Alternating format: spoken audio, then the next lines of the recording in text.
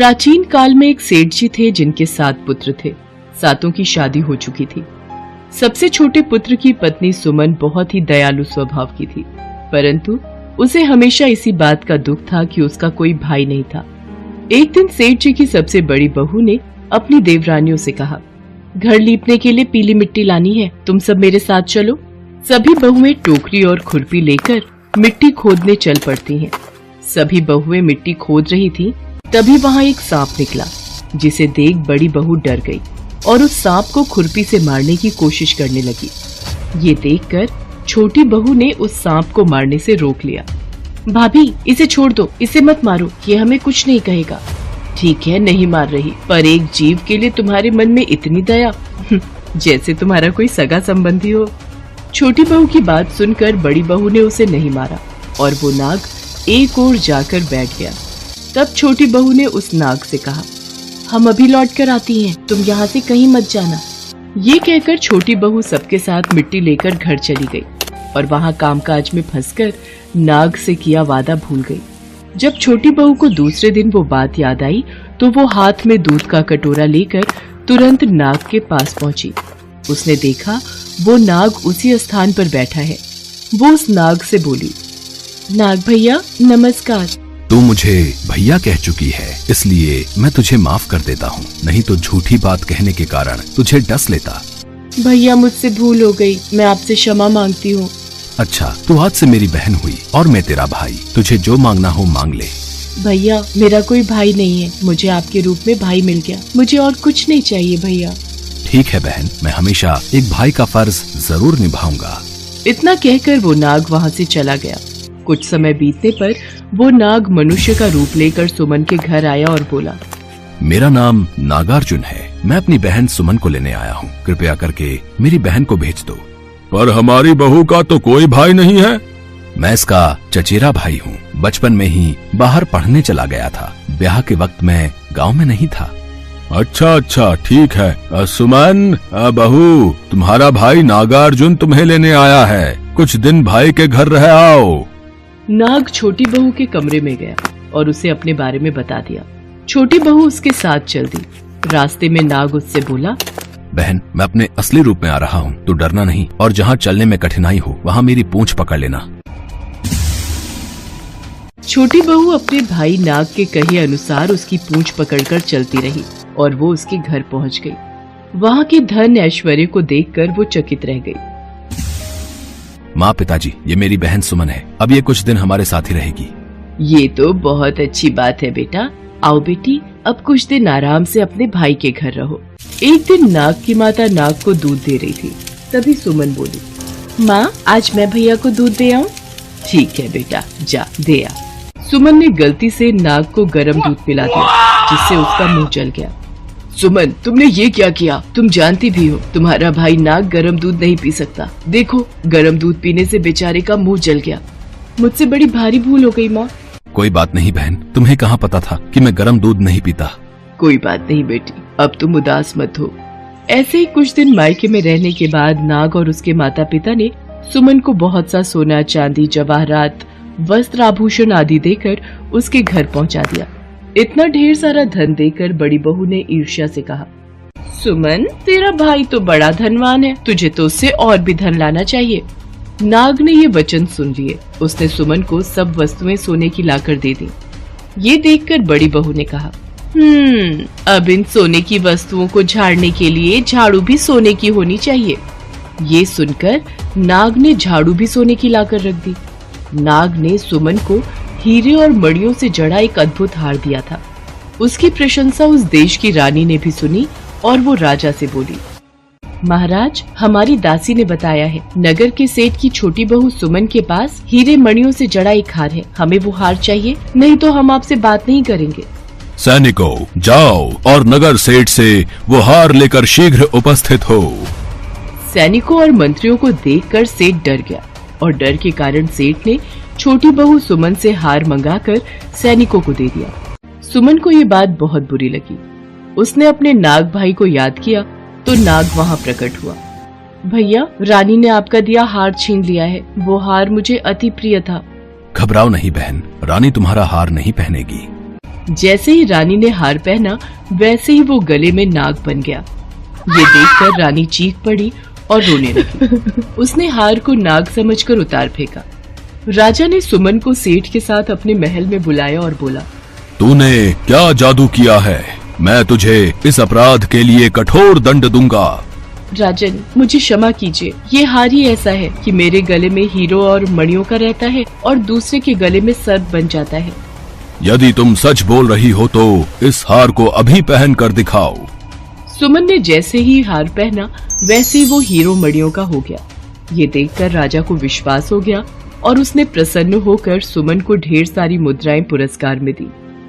छोटी बहू घर लौट आई।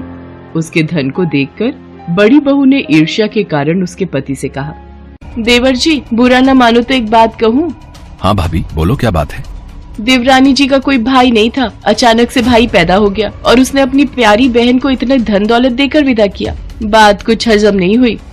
बड़ी बहू ने अपने देवर को अपनी देवरानी सुमन के लिए बहुत अच्छे से भड़का दिया था, पर तभी सुमन भी वहाँ आ जाती है और सारी बातें सुन लेती है। वो अपने भाई नाग को याद करके रोने लगती है। बहन को मुश्किल में फंसता देख उसी समय नाग वहाँ प्रकट होता है। उसे देखकर सब लोग डर जाते हैं। जो मेरी बहन के आचरण पर संदेह करेगा मैं उसे डस लूंगा। नहीं भैया, आप इन सब पर क्रोध ना करो। ये मेरे अपने हैं, आप इन्हें क्षमा कर दो। मैं तो बस इन्हें सच दिखाना चाहती थी और आज आपने अपनी बहन की लाज रख ली भैया। बड़ी बहू अपने व्यवहार पर बहुत शर्मिंदा हुई। सबने मिलकर हाथ जोड़कर नाग देवता से क्षमा मांगी और नाग देवता का स्वागत सत्कार किया। ऐसी मान्यता है कि उसी दिन से नाग पंचमी का त्योहार मनाया जाने लगा। इसी कारण स्त्रियां नाग को भाई मानकर नाग पंचमी के दिन नाग देवता की पूजा करती हैं। एक समय की बात है। किसी गांव में वीरधर नाम का एक ब्राह्मण अपनी पत्नी ममता और एक पुत्र मदन के साथ रहता था। वीरधर बहुत गरीब था। उनके पास कभी खाने को भी नहीं होता था। वीरधर की पत्नी ममता बहुत दुष्ट और चालाक थी। अजी, सारा दिन राम नाम का पाठ ही जपते रहोगे या फिर भिक्षा मांगने भी जाओगे? दिन भर बस माला हाथ में लिए राम नाम ही पढ़ते रहते हो। अरे, तुम्हारी ताने देने की आदत कब जाएगी? मैं भी क्या करूं? कोई मेरी कथा सुनता ही नहीं और ना ही भिक्षा देता है। मुझे कुछ नहीं पता। कुछ भी करो पर भिक्षा मांगकर लाओ। पत्नी के रोज रोज लज्जित करने पर वीरधर एक दिन सुबह सुबह उठा और अपनी पोथी पत्रा उठाकर दूसरे गांव की ओर चल दिया। रास्ते में अंधेरा होने को है। यहीं पेड़ के नीचे बैठकर रात गुजार लेता हूं, फिर सुबह दूसरे गांव पहुंच जाऊंगा। वीरधर वही पीपल के पेड़ के नीचे बैठकर राम नाम जपने लगा। सुबह होने पर जब वो उठा तो पास के सरोवर पर स्नान करके वो आगे चला और दूसरे गांव में पहुंचा। माई, कोई भिक्षा दे दो। आगे चलो ब्राह्मण देवता, यहाँ कुछ नहीं है। बेटा, यहाँ किसी के घर पूजा पाठ या कथा का कार्यक्रम हो तो मैं बहुत विधि विधान से करवाता हूँ। नहीं बाबा, हमें कोई कथा या पूजा नहीं करवानी। अब मैं क्या करूं? इस गांव में तो कोई भी पूजा या कथा नहीं करवाना चाहता। मुझे वापस लौटना होगा। वीरधर दुखी होकर घूम फिर कर उसी पीपल के पेड़ के नीचे आकर बैठ गया। वह पीपल का पेड़ बहुत विशाल था। उस पेड़ की जड़ में एक विशाल काला सांप रहता था। वीरधर इस बात से बेखबर सोचने लगा। लगता है मेरी किस्मत ही खराब है। मेरी कथा कोई नहीं सुनेगा। मैं इस पीपल के पेड़ को ही अपनी कथा सुना देता हूँ। वीरधर पीपल के पेड़ को ही कथा सुनाने लगा। जैसे ही कथा समाप्त हुई तभी पेड़ के नीचे बिल में से एक काला नाग बाहर निकल आता है। हे राम, काला नाग, ये तो मुझे डस लेगा। अब मैं क्या करूं ईश्वर? डरो नहीं ब्राह्मण, मैं बरसों से इस विशाल पीपल के पेड़ के नीचे बिल में रह रहा हूं। आज तुम्हारी कथा के मीठे संवाद सुनकर मेरा मन प्रसन्न हो गया, इसलिए मैं बिल से बाहर आ गया। हे भले मानस, ये लो स्वर्ण मुद्रा। तुम रोज यहां आकर मुझे कथा सुनाया करो। मैं तुम्हें रोज एक स्वर्ण मुद्रा दूंगा, पर यह बात तुम किसी को भी मत बताना। देखना, तुम्हारे सारे कष्ट दूर हो जाएंगे। ठीक है नाग देवता, मैं ये बात किसी से भी नहीं कहूंगा। वीरधर रोजाना सुबह उठकर नहा धोकर अपनी पोथी पत्र लेकर उस पीपल के वृक्ष के नीचे पहुंच जाता और वहां बैठकर नाग को कथा सुनाता और बदले में नाग वीरधर को एक स्वर्ण मुद्रा दे देता। देखते ही देखते वीरधर के पास खूब धन संपत्ति हो गई। गांव के लोग आपस में बातें करने लगे। अरे भाई, ये ब्राह्मण महाराज के तो दिन ही फिर गए लगते हैं? ये धन दौलत ऐशाराम समझ नहीं आ रहा कहाँ से आ रहा है ना? मुझे तो लगता है ये ब्राह्मण कोई गलत काम करने लगा है, नहीं तो एकदम इतनी कमाई भला कौन कर सकता है। रुको, ब्राह्मण महाराज नजदीक से ही निकल रहे हैं। प्रणाम ब्राह्मण महाराज। ब्राह्मण महाराज, लगता है कोई मोटी आसामी हाथ लग गई दिखती है। सही है, कमाओ कमाओ। वीरधर को लोगों की बातों से कोई फर्क नहीं पड़ता था। वो नित्य अपना यही कार्य करता रहता था। एक दिन, प्रणाम ममता बहन, कैसी हो? वैसे अब तो ब्राह्मण महाराज का काम खूब अच्छे से चल रहा है, पर इतनी कथाएं कौन सुन लेता है जो इतना धन दे देता है? मैं ये सब नहीं पूछती, अब मुझे तो आम खाने से मतलब है। मैं भला गुठलियां क्यों गिनने लगी? औरतों की बात सुनकर ममता के मन में शंका आ गई। उसने एक दिन अपने पति वीरधर से पूछा, सुनो जी, आप रोजाना कहाँ जाते हो जो आपको इतना धन मिल जाता है? मुझे भी नहीं बताओगे? क्यों, मैं कहीं से भी धन लाऊं, उससे तुम्हें क्या? जब मैं कमाता नहीं था तब भी तुम्हें परेशानी थी, अब धन ला रहा हूं तब भी तुम परेशान हो। पर मैं आपकी पत्नी हूँ, मुझे इतना हक तो है जानने का कि मेरा पति आखिर क्या काम कर रहा है। कुछ दिनों तक वीरधर इसे टालता रहा, पर एक दिन ममता ने वीरधर को मजबूर कर दिया। मजबूर होकर उसने अपनी ममता को नाग की सारी बात बता दी।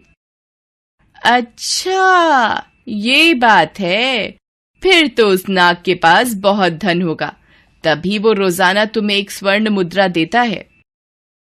ममता के दिमाग में लालच ने जगह बनानी शुरू कर दी और एक दिन, ये तो बहुत सीधे हैं, रोजाना की एक ही स्वर्ण मुद्रा लेकर वापस आ जाएंगे।